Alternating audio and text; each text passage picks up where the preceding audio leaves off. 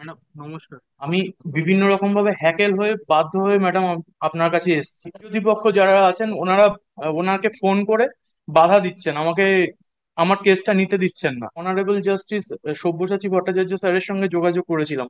উনি writ petition submit করতে বলেছিলেন, কিন্তু আমি তখন লিগাল এডের সঙ্গে যোগাযোগ করি, কিন্তু আমাকে ওখান থেকে কোনো রকম ভাবে সহায়তা করেননি।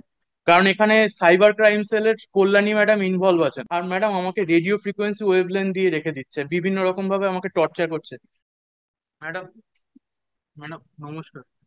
ম্যাডাম বলছি, আমি গ্রামীণ চিকিৎসক অভিক ভট্টাচার্য। আমি বিভিন্ন রকম ভাবে হ্যাকেল হয়ে বাধ্য হয়ে ম্যাডাম আপনার কাছে এসেছি।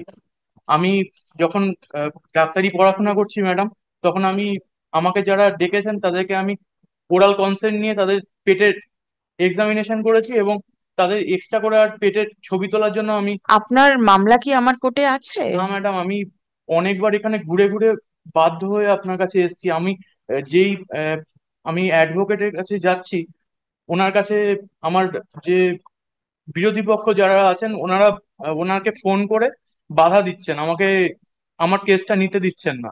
এমনকি আমি হাইকোর্টে যখন ওখানে ফাইলিং সেক্টরে এসে আমি যখন জমা দিচ্ছি, তখনও ওনারা সেগুলোকে রিজেক্ট করে দিচ্ছেন। কোনটা রিজেক্ট করে? আপনার পিটিশন কোথায়? রেডি করেছেন কিছু? হ্যাঁ ম্যাডাম। কই? এইটা তো পিটিশন নয়। না ম্যাডাম, আমি এটা এমনি পিটিশন নয়। আমি কোনো উকিল বাবুকে ঠিক করতে পারিনি। আপনি লিগ্যাল এডের সঙ্গে যোগাযোগ করুন, ওখান থেকে আমি আপনারা। আমি ওখানে যোগাযোগ করেছিলাম ম্যাডাম। প্রথমে আমি ওখানে অনারেবল জাস্টিস সব্যসাচী ভট্টাচার্য স্যারের সঙ্গে যোগাযোগ করেছিলাম। উনি রিট পিটিশন সাবমিট করতে বলেছিলেন, কিন্তু আমি তখন লিগাল এডের সঙ্গে যোগাযোগ করি, কিন্তু আমাকে ওখান থেকে কোনো রকম ভাবে সহায়তা করেননি।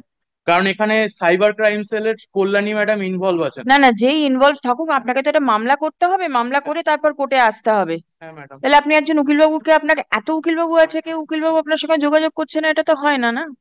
আর ম্যাডাম আমাকে রেডিও ফ্রিকোয়েন্সি ওয়েভলেন্থ দিয়ে রেখে দিচ্ছে, বিভিন্ন রকম ভাবে আমাকে টর্চার করছে। আর পুলিশ প্রশাসন নিজে না দিয়ে। আমার পুলিশের মামলা শোনার কোনো এখতিয়ার নেই। যে জজ সাহেব শুনছে, আপনি ওনাকে গিয়ে বলুন। ম্যাডাম তাহলে কোনখানে কোনখানে জাস্টিস রাজর্ষি ভরদ্বাজ এখন শুনছেন পুলিশের মামলা, আপনি ওনাকে গিয়ে বলুন। ঠিক আছে, আর না ধন্যবাদ। হলে চিফ জাস্টিসকে গিয়ে বলুন। ধন্যবাদ ম্যাডাম, আসছি।